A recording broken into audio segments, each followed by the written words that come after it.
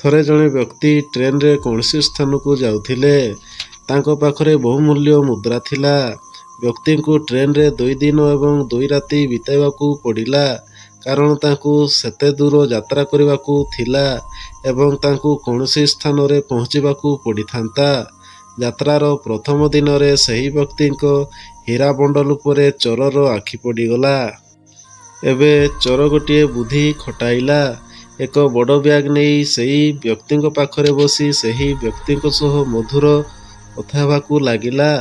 ଚୋର ଭାବିଲା ଯେ ଯେତେବେଳେ ସମସ୍ତେ ରାତିରେ ଶୋଇବେ, ସେ ଗୁପ୍ତ ଭାବରେ ଉଠି ସେହି ହୀରା ଚୋରି କରିବେ।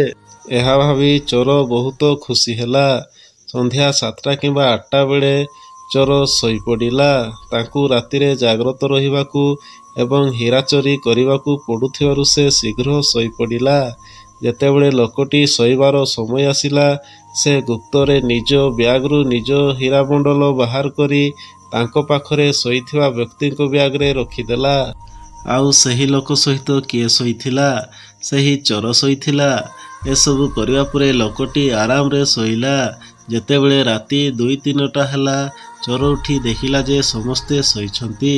ତାପରେ ସେ ସେହି ବ୍ୟକ୍ତିଙ୍କ ବ୍ୟାଗକୁ ନିଜ ଆଡ଼କୁ ଟାଣି ବ୍ୟାଗକୁ ସମ୍ପୂର୍ଣ୍ଣ ଯାଞ୍ଚ କଲା। ସେଥିରେ କିଛି ମିଳିଲା ନାହିଁ। ସେ ଚିନ୍ତିତ ହୋଇଗଲା।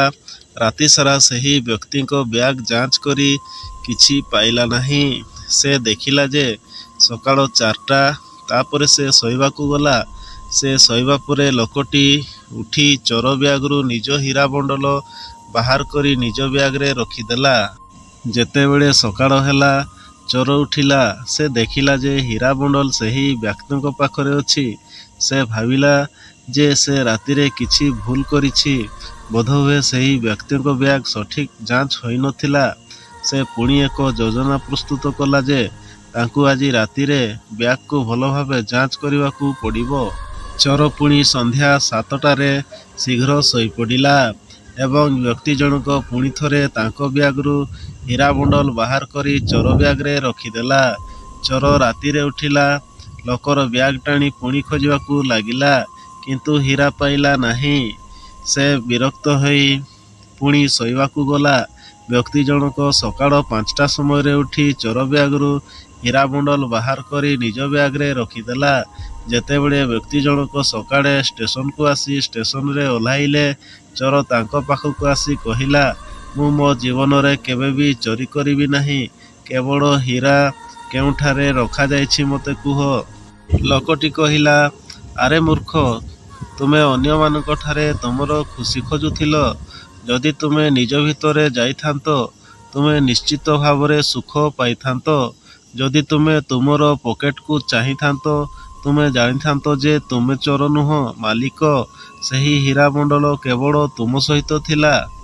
ବନ୍ଧୁଗଣ, ଆମେ ଏହି କାହାଣୀରୁ ଏକ ବଡ଼ ଶିକ୍ଷା ପାଇଲୁ।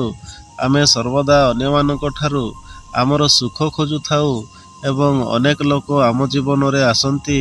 କେହି କେହି ଆମକୁ ସୁଖ ଦିଅନ୍ତି ଏବଂ କେହି କେହି ଆମକୁ ଦୁଃଖ ଦିଅନ୍ତି।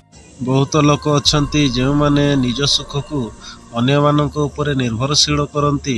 ଯଦି ତୁମେ ନିଜ ଭିତରେ, ନିଜ ହୃଦୟରେ ଦେଖ, ତୁମେ କୌଣସି ଅଭାବକୁ ଅନୁଭବ କରିବ ନାହିଁ।